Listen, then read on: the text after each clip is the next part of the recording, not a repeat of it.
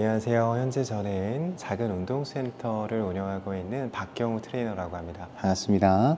무릎 통증을 없애는 방법이 가장 확실한 방법 중에 하나는 근육이죠. 저희가 이 무릎 통증에 대한 원인을 복합적으로 봐야 되긴 하지만 요즘 들어 가장 크게 무릎 통증을 발생시키고 있는 원인으로는 근육을 꼽을 수가 있습니다. 체중 자체가 증가되면 저희가 상식적으로 생각을 해봐도 무릎에 가해지는 부담은 점점 더 커질 수밖에 없습니다. 그럼 왜 그렇게 이 체중 자체를 줄이라고 하냐? 정말 단순한데요. 걸을 때만 하더라도 저희의 몸은 하중이라고 하는 것을 지탱하게 됩니다. 몸의 이 하중을 지탱하는 것은 생각보다 무릎이 많은 힘을 발생시킬 수밖에 없는데요. 체중을 지지하는 부담은 무릎에서 느껴지는 것의 체중의 3배에서 5배까지 크게 느껴지게 됩니다. 그러면 그 말은 즉슨 체중 1kg를 감량을 하게 되면 무릎에서 느끼는 부담은 체감상 3kg에서 5kg 정도가 부담이 줄어들게 된다는 것이죠. 체중 감량을 하시는 것을 권장드리고 이제 말씀드리는 것입니다. 앉아있을 때에도 무릎이 아프거나 서 있기만 해도 무릎이 아프다, 혹은 걸어 다닐 때에도 무릎이 아프다 하신다면 그때는 운동을 하지 않으시는 것을 권장드리고요. 왜 권장을 하지 않느냐? 단순합니다. 저희가 앉아만 있어도 아프다라고 하는 것은 관절 주변에 염증이 생겼다는 것입니다. 염증이 있으면요, 저희는 휴식을 취해야 하는 것이지 운동을 해야 하는 것이 아닙니다. 이러한 사항들을 종합적으로 봤을 때 걷거나 아니면 다른 생활을 할 때 나는 통증은 없어 라고 하신다면 그럼 누구라도 운동을 하실 준비가 된 겁니다.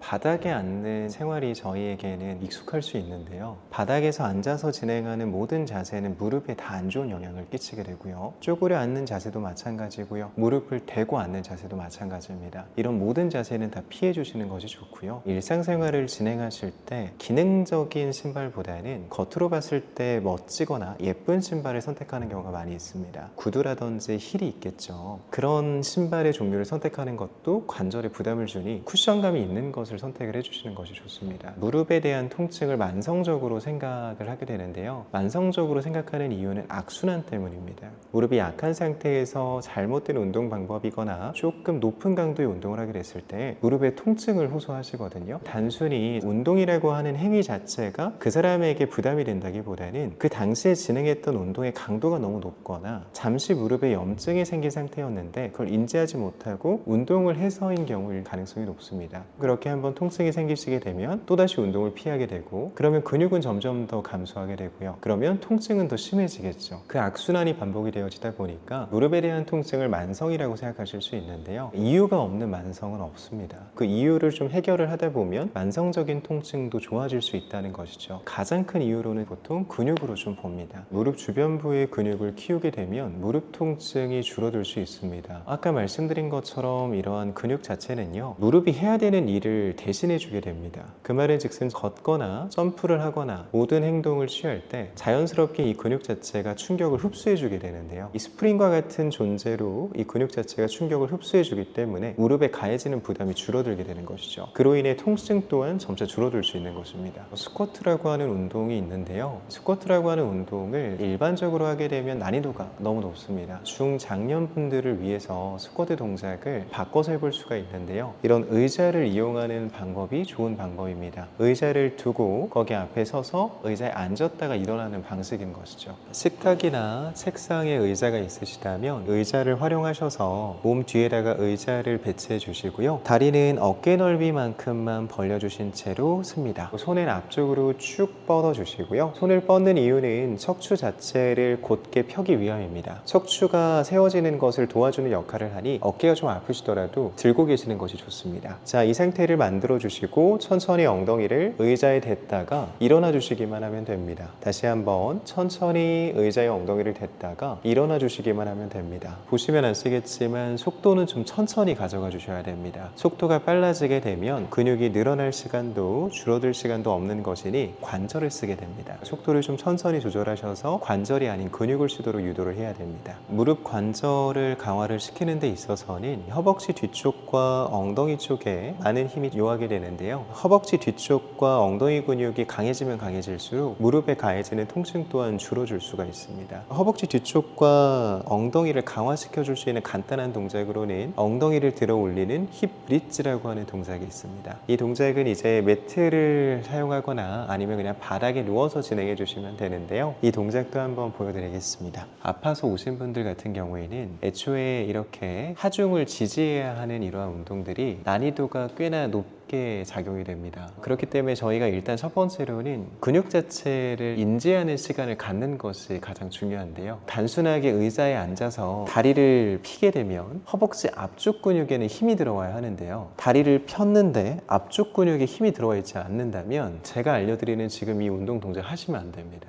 보통 그런 경우에는 제가 말씀드린 것처럼 운동을 할 수 있는 상태인지를 체크를 해보셔야 되는데요. 결국에는 이런 운동 동작들이 도움이 되기 위해선 근육이 좀 쓰여져야 됩니다. 그 근육을 쓸 수 있는 상태인지를 먼저 확인을 해봐야 하잖아요. 그 근육을 쓸 수 있는 상태를 확인하는 것은 의외로 간단합니다. 의자에 앉으셔서 다리 자체를 먼저 한번 쭉 펴보십시오. 핀 상태에서 내가 이 허벅지 앞쪽을 손으로 만져서 힘이 들어가고 있는지를 체크해 보셔야 돼요. 힘이 들어가고 있다면 좀 딱딱해졌을 것이고요. 근데 이렇게 올렸음에도 불구하고 말랑말랑하신 분들이 있으세요. 말랑말랑하다면 이 허벅지 앞쪽 근육 자체의 근육의 신경계가 완전히 죽은 것이거든요. 그러면 저희가 이런 근력 운동을 하시면 안 돼요. 분명 그 상태까지 가셨다면 혼자서 운동하는 것은 불가능합니다. 전문가하고 같이 운동을 하시는 것이 좋고요. 전문가 중에서도 재활을 전문적으로 하시는 분들이 있으실 거예요. 그분들을 찾아가셔서 같이 운동을 하시는 것이 가장 좋습니다. 저의 경우에는 시니어분들이 많이 찾아와 주시고